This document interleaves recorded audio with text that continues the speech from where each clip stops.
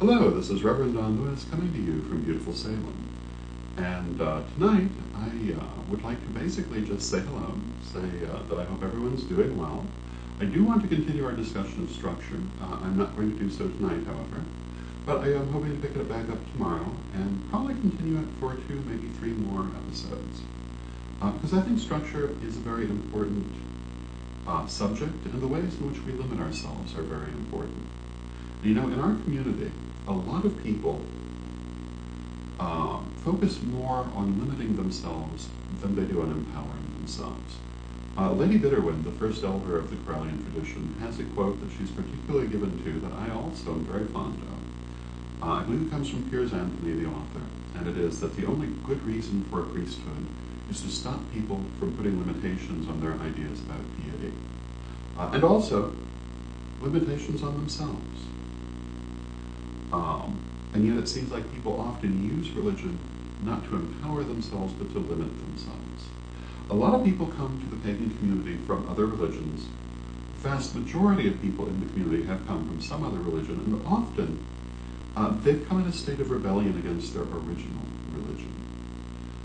And they define themselves in terms of this rebellion. Now, ideally, after you've been here for a little while, you move on from that. You begin, instead of defining yourself in terms of what you're not from your previous religion, you begin to define yourself in terms of what you are within the context of being pagan, Wiccan, etc. But not everybody gets to that point, it seems. And I really think that as a community, we really need to emphasize the importance of moving through that cycle to the point that you're not concerned anymore with what you aren't, but rather with what you are. I think that the aspect of being in rebellion against previous religions does a tremendous amount of damage in our community. Particularly because it does tend to make people focus on what they don't like instead of what they do like. And you know, when you focus on what you don't want, it's what you get.